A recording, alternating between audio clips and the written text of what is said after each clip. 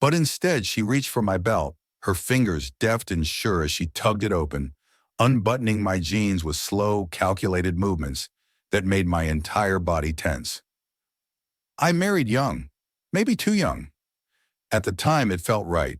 Emily was beautiful, kind, and everything I thought I wanted. But as the years passed, something inside me felt unfinished, like a book with torn-out pages. When my father invited us to spend a week at his lake house, I hesitated.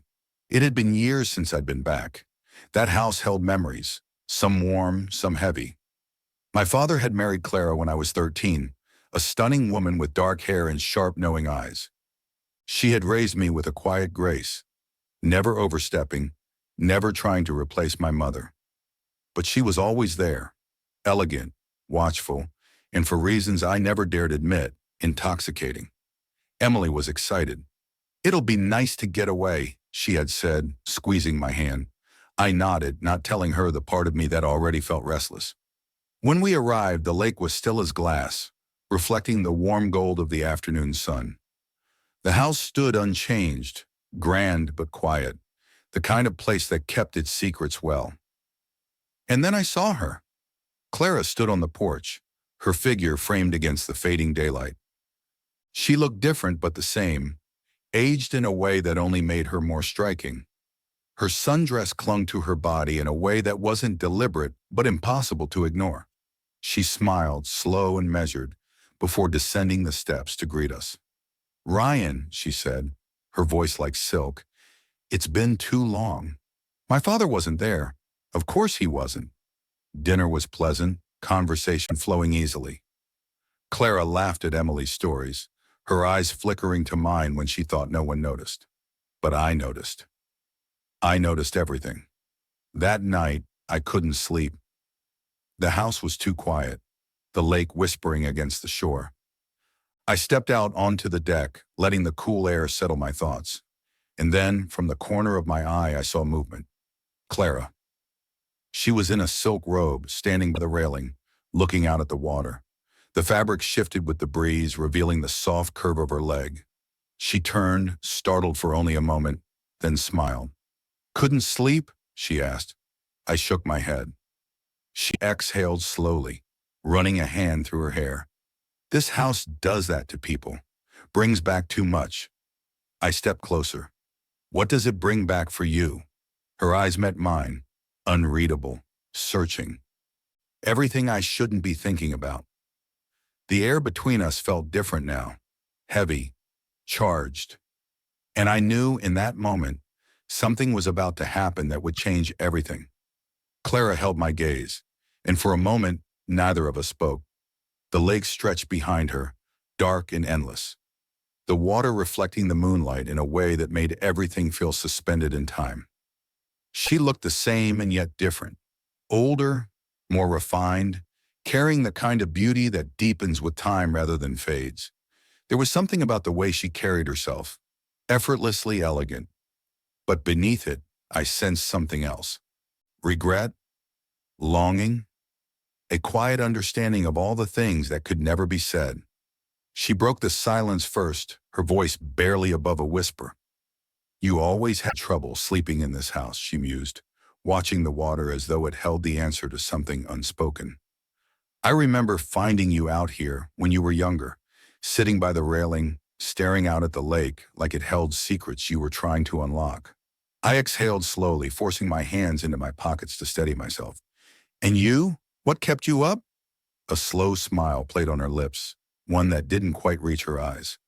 "A lot of things," she admitted, tilting her head as if weighing whether or not to continue. "Some of them I'd rather not say out loud." Her words sent a slow, twisting heat through me, the kind that settled deep in my bones. This was dangerous.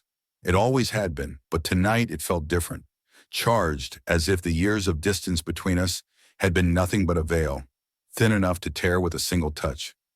I hesitated, knowing I should keep the conversation light, knowing I should step back and end this before it began. But something in me refused to let it go. "I used to wonder about you," I admitted, my voice quieter than I intended. She turned to face me fully now, her expression unreadable. Wonder what exactly? I swallowed hard. How you saw me back then. A slow inhale, a flicker of hesitation, then something else. A shift in the air between us, thickening with meaning. Clara studied me as if she were searching for something, her lips parting slightly, her body impossibly still. Then, just as quickly, she let out a soft breath. Something close to a laugh, but not quite. Go back to bed, Ryan, she murmured, her voice laced with something unspoken. And with that, she turned, slipping back into the house, leaving me standing there, fists clenched, the air still humming with the weight of what we hadn't said. I knew this wasn't over. Morning came too soon, sunlight streaming through the wide windows, casting long golden shadows over the wooden floors of the lake house. At breakfast, Emily was bright and animated, thrilled to finally spend some time with my father, who had arrived late the night before. She chatted easily, barely noticing how quiet I was, how my gaze kept drifting toward Clara across the table. She was the picture of composure, dressed simply in a soft blue sundress, her hair pinned back, revealing the delicate curve of her neck. If she was affected by last night, she didn't show it. But when our eyes met, just for a second, I knew. She hadn't forgotten. That afternoon, my father and Emily took the boat out, eager to soak in the late summer sun.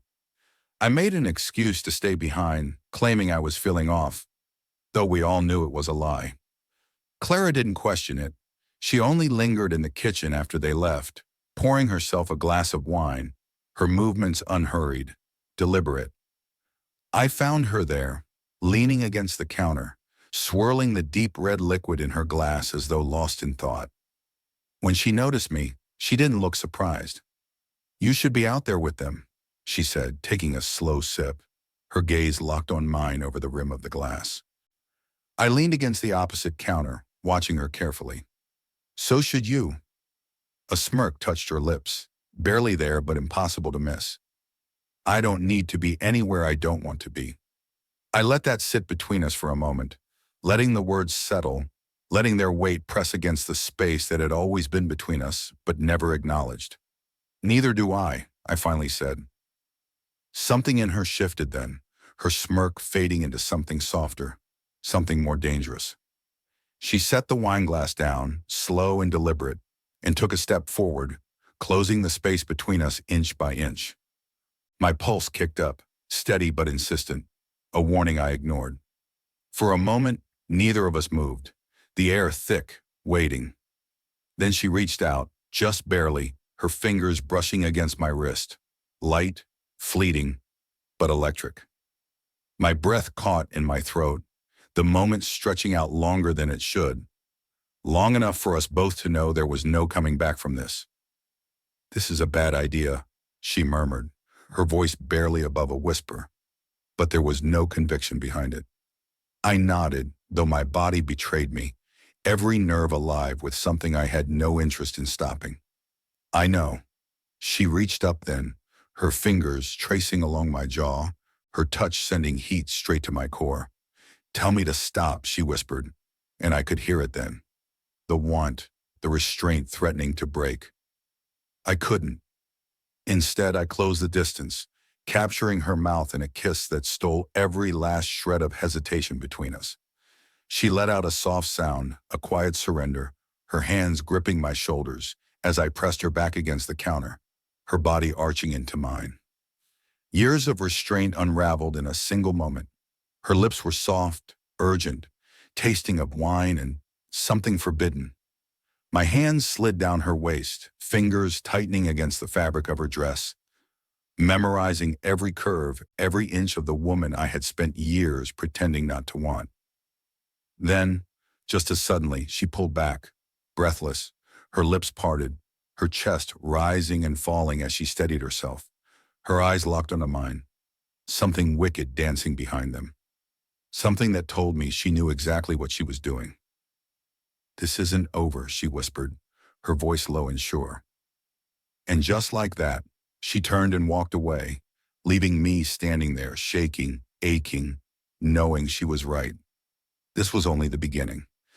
I should have walked out, grabbed a beer, pretended nothing had happened, and forced myself to sit on the deck until Emily and my father came back from the lake. But I didn't move. I stood there, my breath still uneven, my body still burning from the way Clara's lips had felt against mine, the way her hands had clutched at me like she had wanted this just as badly. She had walked away, but the way she did it, the deliberate sway of her hips, the knowing glance over her shoulder, felt more like an invitation than an escape. My body refused to calm, my pulse drumming heavy and thick, a hot ache tightening in my pants. I swallowed hard and followed her. She was in the hallway just past the kitchen, leaning against the doorframe of the study, her back to me. She didn't turn around when I stepped closer, but I saw the way her fingers gripped the wooden frame, the tension in her shoulders, the way her chest lifted and fell, like she was trying to steady herself just as much as I was. "You kissed me back," I said, my voice lower than I expected. She let out a slow exhale but didn't look at me. "I know." I moved behind her, close enough to feel the warmth radiating from her skin, close enough that if she leaned back, she would be against my chest. My hands ached to touch her, to wrap around her waist, to feel how soft she was, how warm. "You walked away," I murmured. Her head tilted slightly, her hair brushing my chin. "I thought you'd stop me." I let out a quiet, humorless laugh. "I don't want to stop you." Finally, she turned her head just enough for our eyes to meet. "Then why are we still talking?" It was the only permission I needed. I grabbed her hips and pulled her back against me, my chest pressing into her back, my hands gripping her waist. She let out a soft gasp, her fingers curling tighter against the doorframe before one of her hands reached up, threading into my hair, tugging lightly as I lowered my mouth to her neck. She smelled like vanilla and something deeper, something feminine and warm, something that made my head swim. My lips brushed against her skin, and she shivered, tilting her head to the side, giving me more. I traced my tongue along the delicate curve of her neck, tasting her, feeling the way she trembled against me. My hand slid lower, gripping the soft fabric of her dress, feeling the warmth of her thighs beneath it. I was hard, painfully so, my length pressing against her, letting her feel exactly what she was doing to me. Her breath hitched when she felt it, her hips pushing back ever so slightly, just enough to drive me insane. "Clara," I murmured, my voice rough, needy. She turned in my arms, her eyes dark, her lips already swollen from my mouth. She looked up at me, and for a second, I thought she was going to stop this, say my name in that warning tone, tell me this was a mistake. But instead, she reached for my belt, her fingers deft and sure as she tugged it open, unbuttoning my jeans with slow, calculated movements that made my entire body tense. I groaned, my forehead dropping against hers as she slid her hand inside, wrapping her fingers around me, stroking just enough to make my breath stutter. "Jesus," I exhaled, my hands gripping her waist so tight I was sure I'd leave marks. She smirked, her lips brushing mine, teasing before whispering, "Bedroom, now." I didn't hesitate. I lifted her, and she let out a quiet gasp, wrapping her legs around my waist as I carried her down the hall, our mouths crashing together in a heated, desperate kiss. I barely registered the sound of the bedroom door shutting behind us before we fell into the bed, tangled in each other, hands everywhere, mouths searching, bodies pressed so close that nothing else in the world existed. Clara's back hit the mattress, her body molding beneath mine like she had been waiting for this. For me, the air between us was thick with something reckless, something that had been building for years without either of us daring to acknowledge it. But now there was no stopping it. She pulled me down, her hands threading through my hair, her nails dragging lightly against my scalp, sending shivers down my spine. My lips met hers again, the kiss deep and slow, tasting, exploring, claiming. I felt her sigh against my mouth, her body arching into me, her hands sliding under my shirt, nails raking against my skin as she tugged the fabric over my head. I wanted to take my time. I wanted to memorize every inch of her, trace every line, every curve. But my body had other plans. I was still painfully hard, the tightness in my jeans unbearable, pressing into her through the thin fabric of her dress. She felt it. She knew, because her legs tightened around me, her hips lifting, pressing right against where I needed her most. "Ryan," she breathed, her voice half a whisper, half a plea. That sound alone nearly undid me. I ran my hands down her sides, feeling the soft, warm skin beneath the thin fabric, the way she shivered under my touch. My fingers found the hem of her dress, inching it up slowly, teasing, exposing more of her inch by inch. I wanted to savor this, to draw it out, but she was already tugging at my waistband, her impatience making my head spin. I pulled back just enough to look at her, to take her in, the way her chest rose and fell, the way her lips were parted, swollen from my kisses, the way her eyes burned with something wild and forbidden. "If we do this," I started, my voice strained, barely controlled. "We're already doing it," she interrupted, her fingers slipping inside my waistband, wrapping around me again, stroking just enough to make my breath stutter. Her smirk was wicked, knowing. "Unless you want to stop," I groaned, pushing her hand away before I lost control too fast. "Not a chance."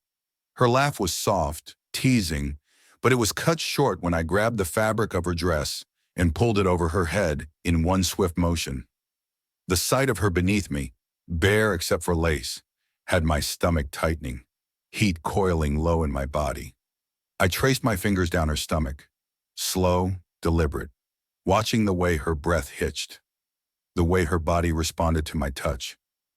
My lips followed, trailing down her neck, across her collarbone, lower, tasting every inch of her, memorizing every sound she made.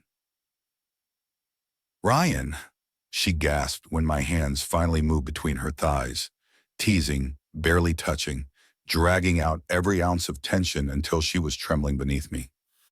I was about to lose myself in her completely when the sound of the front door opening shattered everything. We both froze. My body went rigid, my mind snapping back to reality like a whip. Clara's eyes widened, her chest rising and falling in sharp, panicked breaths. Then, "Clara!" My father's voice. My stomach dropped. She shoved at my chest, scrambling to sit up as I launched off of her, my heart hammering so hard I could hear it in my ears. My jeans were still unbuttoned, my body still aching, throbbing, desperate, but that no longer mattered. Footsteps echoed down the hall. Clara was already moving, yanking the sheets up around her, pushing her hair back, her eyes wild with panic.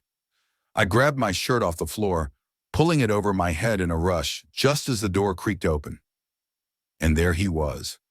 My father stood in the doorway, his expression unreadable, his gaze flicking from me to Clara, then back again. The silence was suffocating, thick with something more than suspicion, certainty. Clara was the first to speak, her voice shaking slightly despite her attempt at composure. "You're back early." He didn't answer her. His eyes locked onto me, cold, calculating, like he was piecing everything together in real time. "Ryan," he said, his voice dangerously low. My throat went dry. I couldn't speak, couldn't move, couldn't do anything but stand there, pulse racing, my body still betraying me in the worst possible way. Then without another word, my father stepped back, his jaw tightening, his fist clenched at his sides. The silence in the room was suffocating, so thick I could barely breathe through it. My father stood in the doorway, his face carved from stone, his gaze burning into me like a brand. Clara sat frozen on the bed, the sheet clutched around her hair a wild mess, her lips still swollen from my kisses. The evidence of what we had just done was everywhere. The tangled sheets, the lingering heat in the air, the way my body was still betraying me, the hardness pressing against my jeans, humiliating and undeniable. I tried to speak, to say something, anything, but the words lodged in my throat. My father's eyes flicked to Clara, and something dark passed over his face, something I had never seen before. He wasn't just angry, he was calculating. "You little shit," he finally said, his voice quiet but razor sharp, carrying more fury than if he had shouted. I swallowed hard, my body still thrumming with leftover adrenaline, my heart pounding so fast it hurt. I wasn't a child anymore. I wasn't afraid of him the way I had been when I was younger, when he was nothing more than a distant, powerful figure who controlled everything in my life without ever really being present. But now, there was something different in the way he looked at me. Like he was realizing for the first time that I was a threat. Clara shifted beside me, pulling the sheet tighter around herself as if that would undo what had just happened. "James," she said, her voice low, controlled, but I could hear the edge of panic beneath it. "This isn't what it looks like." He let out a sharp, bitter laugh. "Oh, then by all means, enlighten me, Clara." His gaze snapped back to me, his jaw tightening. "Because from where I'm standing, it looks like my son just fucked my wife." The words sliced through me, brutal and unforgiving. Clara flinched, but she didn't deny it. She couldn't. I forced myself to meet his eyes, knowing there was no point in trying to lie, no excuse I could give that would change the fact that what had just happened had been real. My body was still on fire from her, my skin still buzzing from the way she had touched me, the way she had wanted me. And my father saw it all. His fists clenched at his sides, the muscles in his jaw flexing as he took a slow, deliberate step into the room. "How long?" he demanded, his voice shaking with barely contained rage. Clara opened her mouth, then closed it, her fingers tightening around the sheets. "How long?" he barked, his eyes flashing. I forced my voice to work. This was the first time. It was the truth, but it didn't matter. His lips curled into something vicious, something ugly. "And I'm supposed to believe that? That my whore of a wife and my ungrateful son just accidentally fell into bed together?" His voice dripped with disgust as he turned on Clara. "What, was I not enough for you anymore? Or did you just get tired of fucking someone your own age?" "James, stop," Clara snapped, something hard and dangerous flashing across her face. "Don't talk to me like that." "Why not?" he sneered. "Because you suddenly grew a conscience? Because you feel guilty? Or is it because you're realizing you just threw away everything for a kid who still has his whole fucking life ahead of him while you're just a washed-up trophy wife who got bored?" Her face paled, but she lifted her chin, her eyes narrowing. "You don't get to talk to me like that, not after everything you've done." A muscle ticked in his jaw. "Don't you dare turn this on me." I stepped between them before he could get any closer, my hands fisting at my sides. "You don't get to act like the victim here," I said, my voice low, measured, but burning with something deep and unrelenting. "You've treated her like shit for years. You were never around. You never cared about anything but your own damn life. You don't love her, and you sure as hell don't deserve her." His gaze snapped to mine, his expression darkening. "And you do?" I didn't answer, but I didn't back down either. The words were there, hanging in the air between us, unspoken but undeniable. Yes, yes, I did. His nostrils flared, his breath coming hard and fast. Then before I could react, his fist slammed into my jaw. Pain exploded through my face, sharp and blinding, knocking me back a step. Clara gasped, her hands flying up to her mouth, but I barely registered the sound. The taste of blood spread across my tongue, metallic and warm, but I didn't go down. I steadied myself, rolling my jaw, flexing my fingers as adrenaline surged through me. I could hit him back. I wanted to. Every muscle in my body screamed for it. Oh, but I didn't. I straightened, leveling him with a look that I knew cut deeper than any punch could. "You don't get to hit me just because you lost something you never even cared about," I said, my voice low, steady. His hands trembled at his sides, but he didn't swing again. Maybe because he knew I wouldn't just stand there and take it a second time. Clara finally moved, stepping between us, her hands splayed out as if she could physically push all of this away. "Enough," she said, her voice cracking. She turned to James, her expression raw, tired. Enough. His gaze flicked to her and something in his face shifted. Something more broken than angry now. Was it worth it? He asked, his voice hoarse. Was he worth it? Clara hesitated, and that was all the answer he needed. With one last look between us, my father exhaled sharply, shaking his head. Then he turned and walked out of the room, out of the house, out of our mess. Clara stood frozen, staring at the empty doorway, her breath uneven, her hands still trembling. I stepped closer, reaching for her, needing to touch her, to ground her, but she flinched away. And that was when I realized winning the fight didn't mean I had won her. The house was silent after my father left. No slamming doors, no shouting, just an emptiness that stretched through the walls, filling the spaces between us. Clara stood in the middle of the room, her back to me, her arms wrapped around herself as if she was holding something in. Regret, anger, fear, maybe all of it. I took a slow step forward, but she didn't move. I could still feel the tension in the air, thick and charged. But it was different now. It wasn't the reckless heat that had pulled us into each other earlier.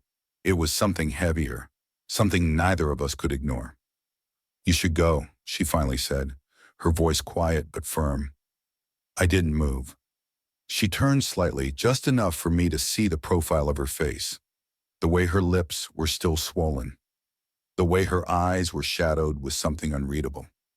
She looked tired, like the weight of everything had finally caught up with her. I swallowed hard. Is that what you really want? Her jaw tightened, and she exhaled sharply. I don't know what I want, Ryan. I just know that everything is ruined. Is it? I asked, stepping closer, ignoring the way my pulse was still racing, the way my body still ached for her even after everything. Or is this the first real thing that's happened in a long time? She turned then, slowly, her gaze meeting mine, searching. There was something in her expression, uncertainty, hesitation. But beneath it, there was still that hunger, that need that had been there from the beginning. I reached out, my fingers brushing her wrist, feeling the way her skin was still warm, the way she shivered at the contact. Tell me to leave and I will, I murmured. She didn't. Instead, she exhaled slowly, her shoulders sagging as though she had been holding herself together for too long. Then, before she could talk herself out of it, she stepped forward, pressing her body against mine, her hands sliding up my chest, her fingers gripping the fabric of my shirt. Her lips found mine, soft at first, hesitant, but then something broke inside her, and suddenly it wasn't hesitation anymore. It was desperation. I groaned into her mouth, my hands finding her waist, pulling her closer, feeling the way she fit against me, the way she melted into me. Her nails scraped against my skin as she pulled my shirt over my head, her fingers trailing down my stomach, her touch leaving a trail of fire in its wake. Ryan, she breathed, her voice ragged as I lifted her onto the dresser, her legs wrapping around my waist. I kissed her neck, my teeth grazing her skin, my hands slipping beneath the thin fabric of her nightgown. She gasped when my fingers found her body already warm, already ready. I pressed my forehead against hers, breathing hard. Tell me this isn't a mistake. She looked at me, her eyes dark and wild. I can't. That was all I needed. I claimed her again. No hesitation this time. No guilt, just the raw, undeniable need that had been simmering between us for far too long. And this time we didn't stop.